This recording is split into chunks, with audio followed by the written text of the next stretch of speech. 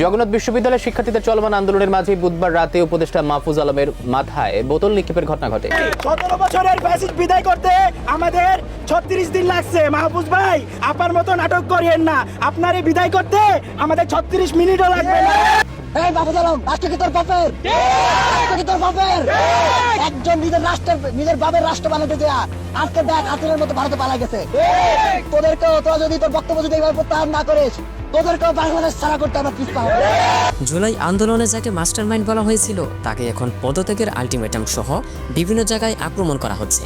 মরুভূমি প্রাণী সান্ডার সাথে তুলনা এবং বোতল কাণ্ডে বিভিন্ন ধরনের স্লোগান দিয়ে ট্রোল করছে উপদেষ্টা মাহফুজ আলমকে। একটা ষড়যন্ত্র চলতেছে, যেহেতু আদালত তাকে রায় দিছে, এখানে তাকে বসতে দেওয়া হচ্ছে না। আমরা এখানে তাকে দেখতে চাই। আমাদের দাবি না মানা হচ্ছে, আমরা রাজপথে থাকবো, এখানে আন্দোলন চালিয়ে যাবো।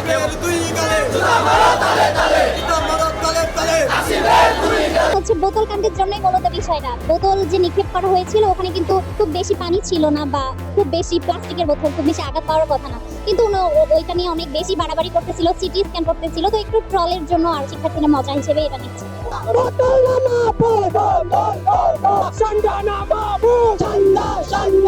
ওই হাসনাত আব্দুল্লাহ গর্ত থেকে বের হয়ে এসেছে। হাসনাত আব্দুল্লাহ সবাইকে বলতে চাই, আপনারা প্লিজ একটু মানসিক রোগের চিকিৎসা করেন। মাহফুজ আলম, হাসনাত আব্দুল্লাহ, তার ফেসবুকে কোনো স্ট্যাটাস নাই, তাদের উপরে শীতল জল ছিটানো হয় আর আমাদের উপর মারা হয় টিয়ার শেল। একটা কথা বলতে চাই, বর্তমানে সমন্বয়ক বা উপদেষ্টা প্যানেলের ছাত্র যারা আছেন, এর মাঝখানে গতকালকে একটি অনাকাঙ্ক্ষিত ঘটনা এই জায়গায় ঘটে। আপনারা হয়তো মিডিয়ার মাধ্যমে অনেকে জেনে থাকতে পারেন যে উপদেষ্টা মাহফুজ আলমকে বোতল নিক্ষেপ করে।